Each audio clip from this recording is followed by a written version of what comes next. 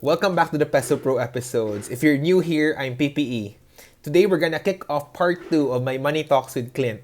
We're gonna talk about different topics, like even those about how to handle finances if you're an OFW. So if you want to learn more, stick around. We're gonna talk about that today. Without further ado, here's part 2. And I'm just gonna jump off from that to investments because that's exactly how investments are, right? They never turn out how you expect them to be. And so I think in all of the investing that you've done, right, be it into a business, real estate, or maybe paper assets like stocks or whatever, um, how has that been as a journey of, I'm pretty sure that when you started work, hindi naman siguro na marunong ka na talaga kung ano yung gagawin mo na investments and whatnot, right? So, how did that start? And then, how did that evolve into what you're currently doing now? Yeah, thank you. So I had this very weird encounter in my first few years in Japan. Hmm. I don't know how this guy got my number. Okay. So yeah, uh, but I got a cold call from an investment fund manager, Okay. uh, and he said he wanted to have coffee, and so I said okay. Um, because at that time I was just doing my most of my investments was with friends and family. Hmm. I've never invested in funds and I have no understanding. I understood stocks because of the company stocks, Yeah. but I had very limited understanding of ETFs and funds and whatnot. So I had coffee with this guy. So I don't remember his ethnicity anymore, but he was a European guy. So in Japan, imagine there's very few foreigners in Japan at that time. This was in the early 2000s, right? And so we were in a coffee shop. We were the only non-Japanese in that coffee Hmm. shop. He was wearing a suit, so he looks like a slick salesman.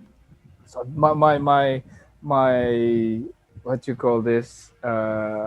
My alarm bell started toot, toot, toot, toot. Very unusual person. And he explained to me that he moved to Japan a couple years back, got married to a Japanese lady, Hmm. and he stayed because he loved Japan, and his wife didn't want to go elsewhere. So he brought his Business. business of fund management in Japan, and he was offering offshore investments. Hmm. I think it was Isle of Man or something. Right. So he was looking at expats in Japan who had very little access to the Japanese banking market because of the language barrier.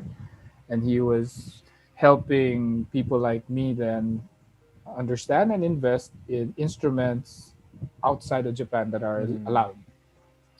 So I said, okay, my alarm bells even got louder. Like, this is Right. not even in banks in Japan and like in countries and territories I didn't even know existed. Right? This was like scary. And no, but he showed me, all the nice brochures, and and like, yeah, but anyone can make those. Yeah. I was very suspicious.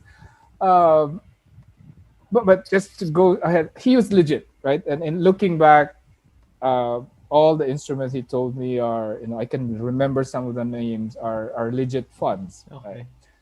But he was the one who introduced me. He, what funds are and how they work. Uh, long story short, though, I didn't invest any money in the guy because I was put off by The whole sales pitch. the whole look. Right? It was just too set up or Hmm. something. I don't know. But that introduced me and got me thinking. So I did my own research, uh, understood more about investing in territories that offered better tax Yeah. shields, tax benefits. And when I moved to Singapore, I then asked friends here if they knew of investment fund consultants. Hmm. So that's when I started in really learning about funds, and then I can talk to banks here now in English, right? Correct. Well, that's true. So because that was my first thing, I needed to see a building of where this guy worked. Mm. Something solid, so I know where I can find him, because that was my worry with the guy I Yeah. met in Japan, because I could only I know his phone Got number, it. but that's it. I don't know where he Mm. worked. So it made a difference to have the brand name of the company, and you Mm. can see where it is. So so when I landed here in '08, I met a guy who then started to sell me different funds and insurance linked investments.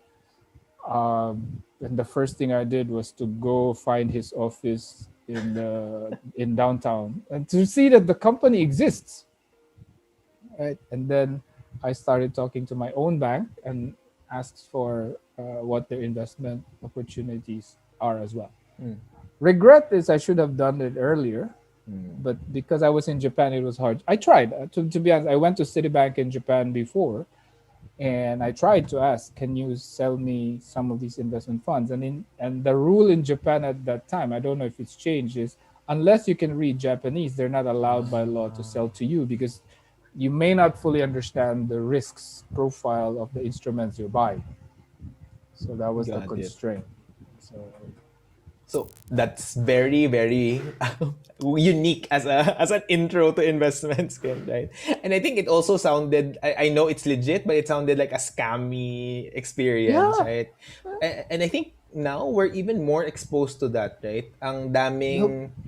you It's have so much more access. exactly, like it's like very, very hard now even to pick the scammer from the legit person, right? Because again, they all look the same. They're all in a computer. They're all on social media, for example. It's not even meeting somebody at a coffee shop anymore. It's like this Zoom call, and you don't even know where you are, right? So I think it's harder now. But I like how you said maybe understand and really try to peer through what the guy is selling to you, right?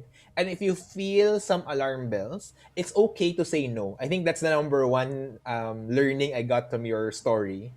Na even if it turned out legit, if you're not comfortable with the investment, the suggestion is really don't go for it and do more due diligence and research, right? Because I think some of the best investments really come from a state of you're confident with the partner you're working with or the company that you are dealing with, right? To your point, nakita mo siya na, oh, may building pala sa downtown.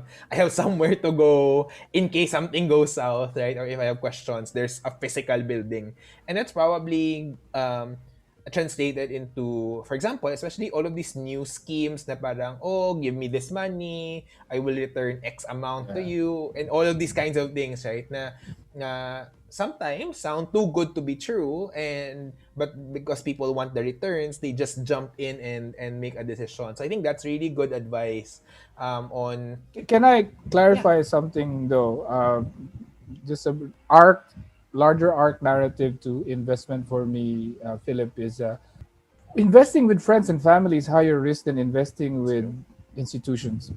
Is my learning. Mm, Because it's so hard to be, it's harder to be objective when you're cooking up business plans with friends and family, mm, and because these are people you know, you love, and you will not have the same objectivity yep.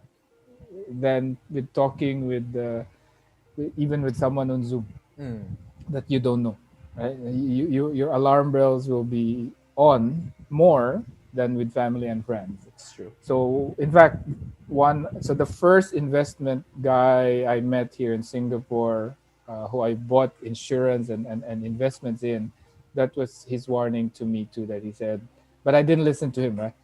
He told me, if you're tempted to invest with friends and family, talk to me first, because I've had too many clients who've made that mistake, because I might be able to offer counter offer a similar option Mm, that is institutional that can compete with that from an ROI or even profile of the product.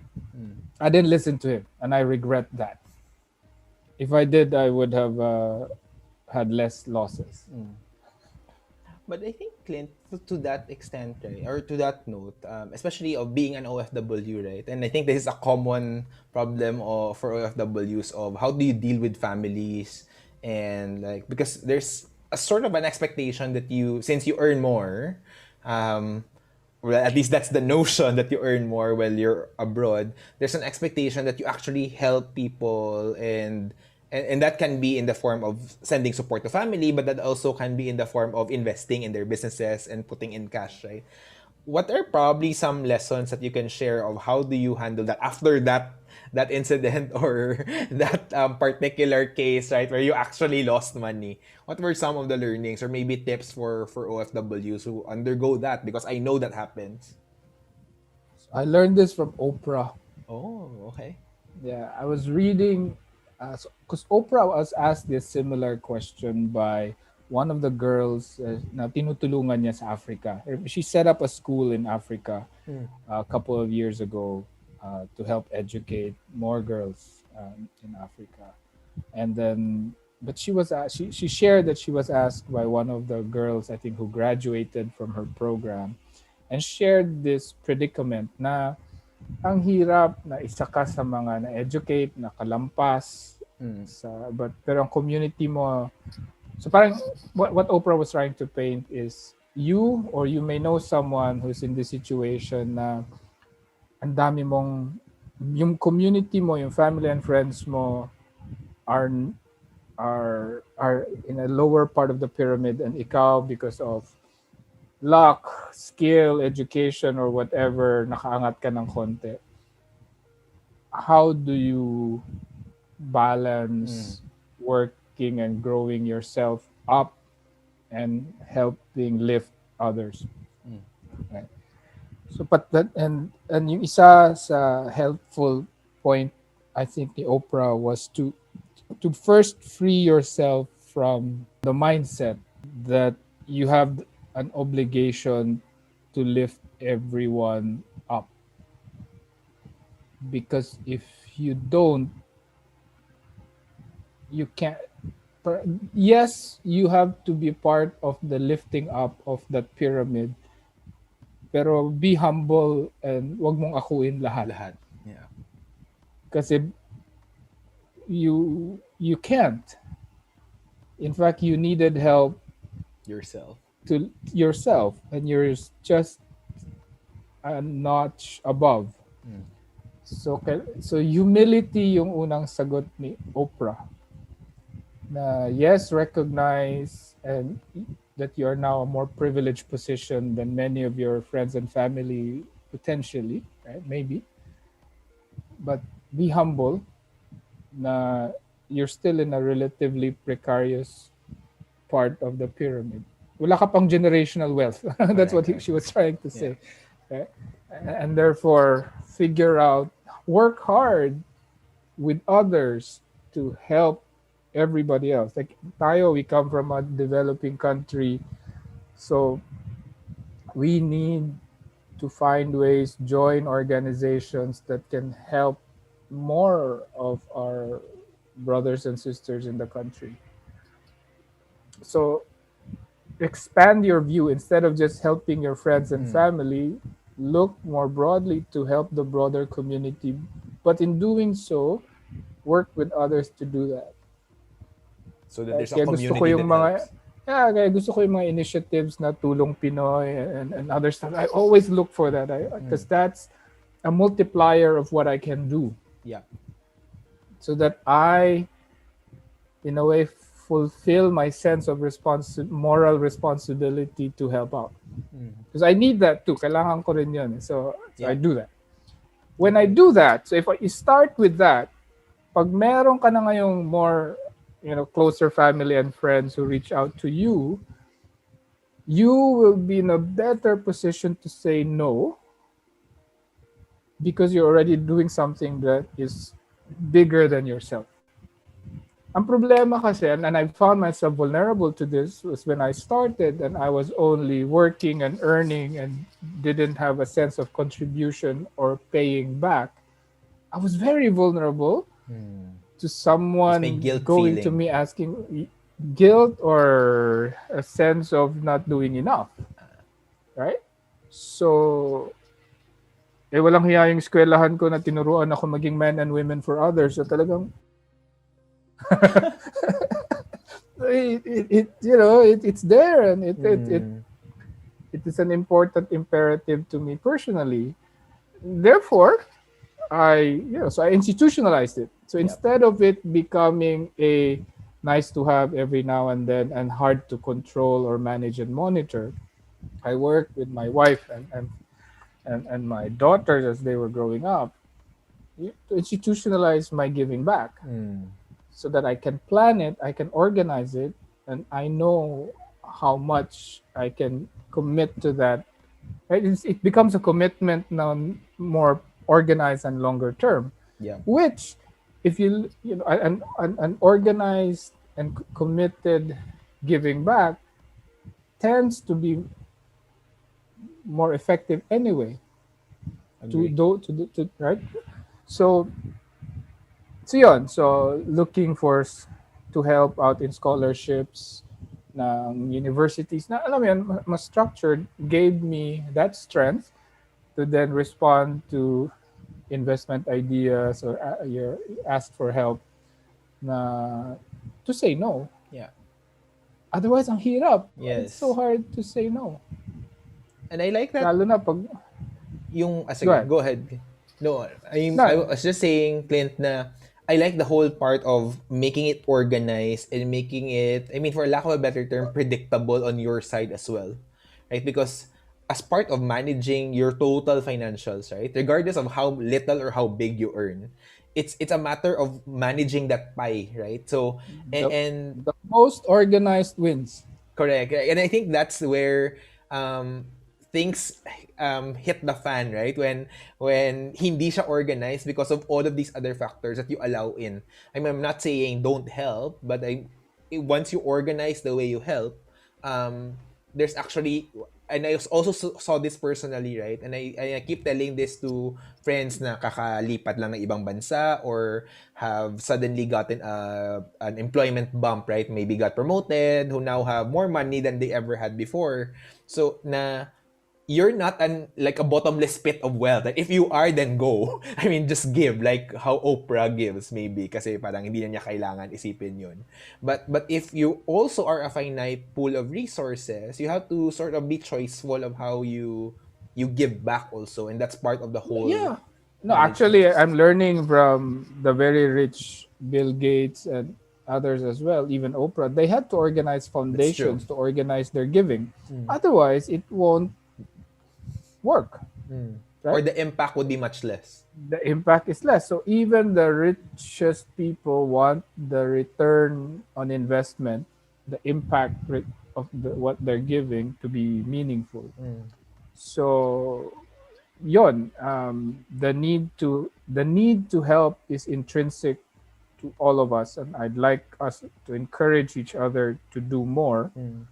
But for it to be manageable, it's better if it's predictable so that you know what you can commit, and you can grow your commitment as you Yes. grow in your ability to share, right? Share until it hurts. Mm.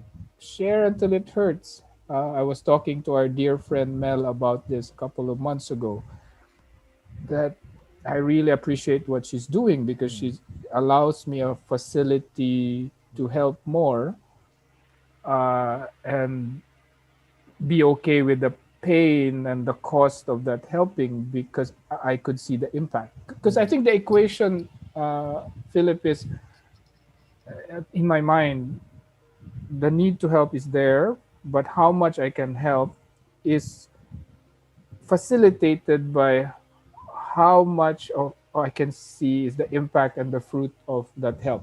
Got it. Right?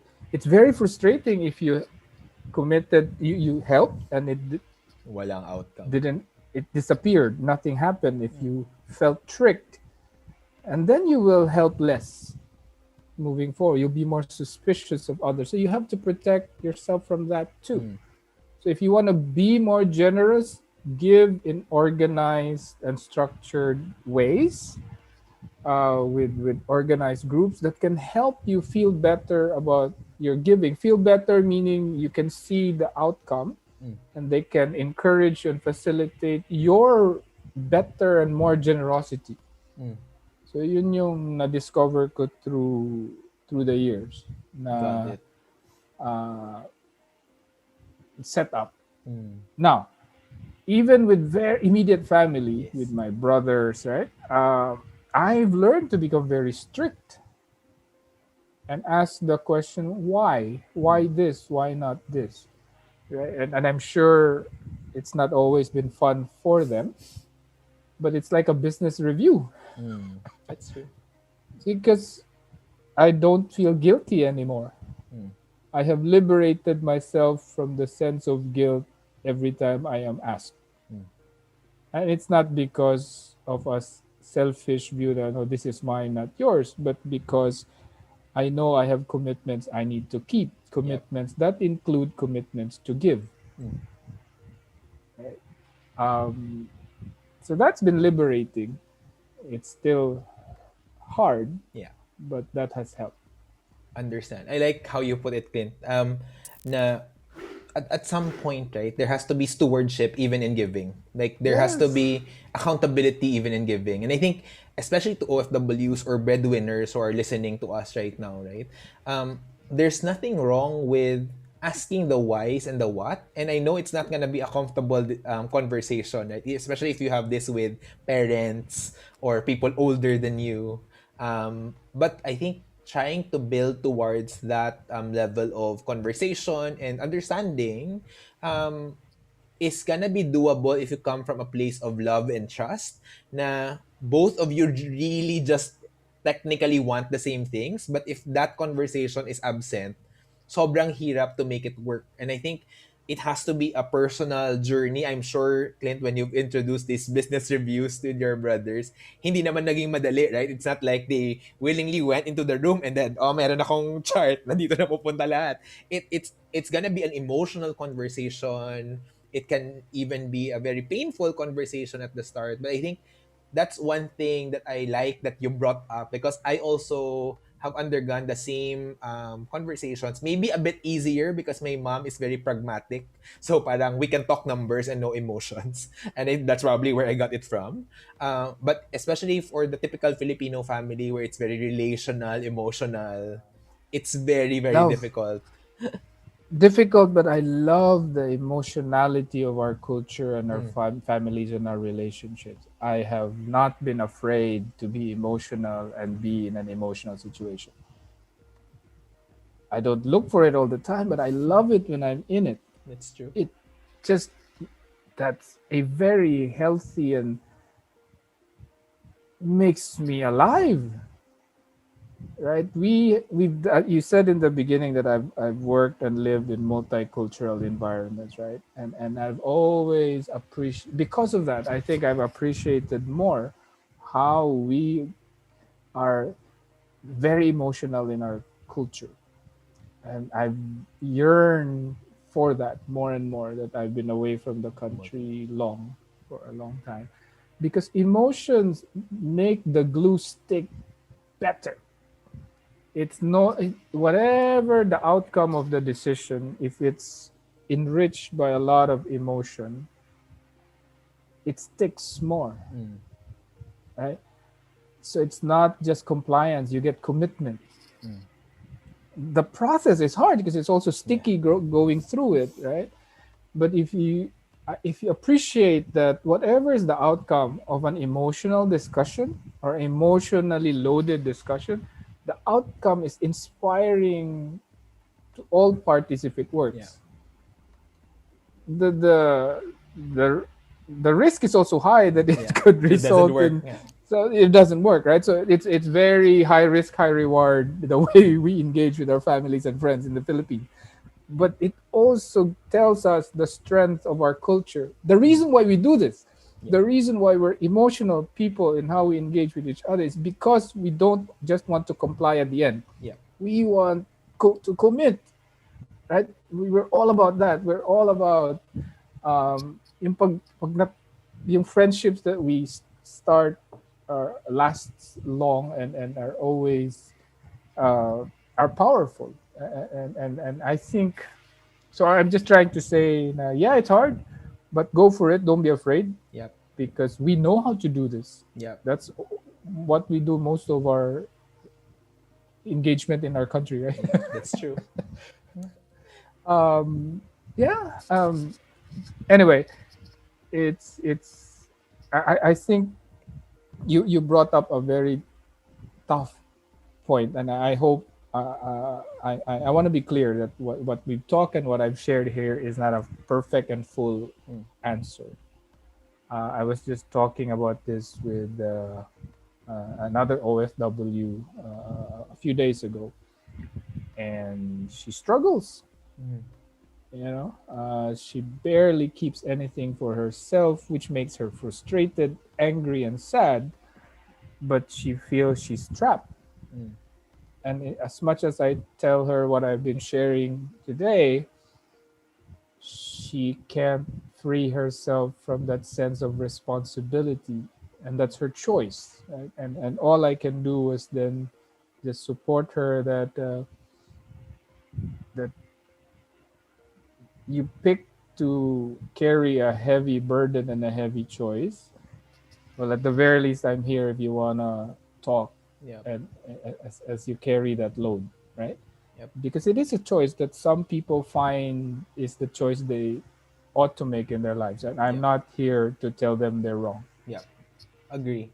And I think that's really where the whole conversation is. And I know we talk a lot, Kent, right? From career to investing to learning and skill building, but also the emotional aspect of finance, right? And every time we talk about money, especially as a people, we tend to be very, very shy or be very, very polarized when we talk about money, right? It's either we hate money or money is the root of all evil or money is something that we don't often talk about because it's taboo. I think culturally we're still not there, and I think these kinds of talks hopefully help bring those talks a bit more available to more people. And again, to your point, the decisions we made were true for our own circumstances, right? So nag-work siya for us. And even some of these things I'm even still figuring out. But for other people who maybe made that choice or still are making their own opinions about it, I think what you can take away from this conversation is that once you free yourself from the burden of responsibility na kailangan ikaw yung umahon sa lahat-lahat, I think that's really powerful, Clint, right? Because I think that's where most people are. And once you figure out how you can contribute and try to build that contribution, it Yeah. becomes more meaningful. And hopefully, the other party appreciates it, not always Parang, immediately. parang Avengers lang yan eh. Mm. Right? They had to come together to a common goal, Yeah. help each other. Right? So, ganun din tayo na gumawa tayo, humanap tayo ng paraan to be like the Avengers. Iba't ibang And come together. superpowers natin come together.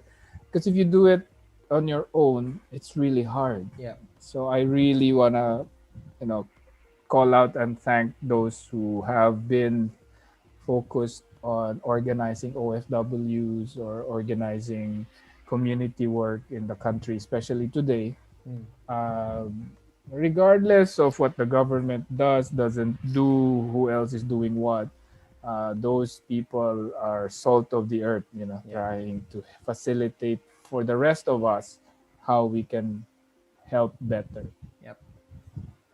Very nice. Clint, I think time flies when you're having fun in these topics, right? We've covered a lot, and I hope we have more time to talk about this. Maybe another guesting soon, right? So, but I think we've covered a lot of ground. I thank you for sharing all of those very insightful things. I learned a lot.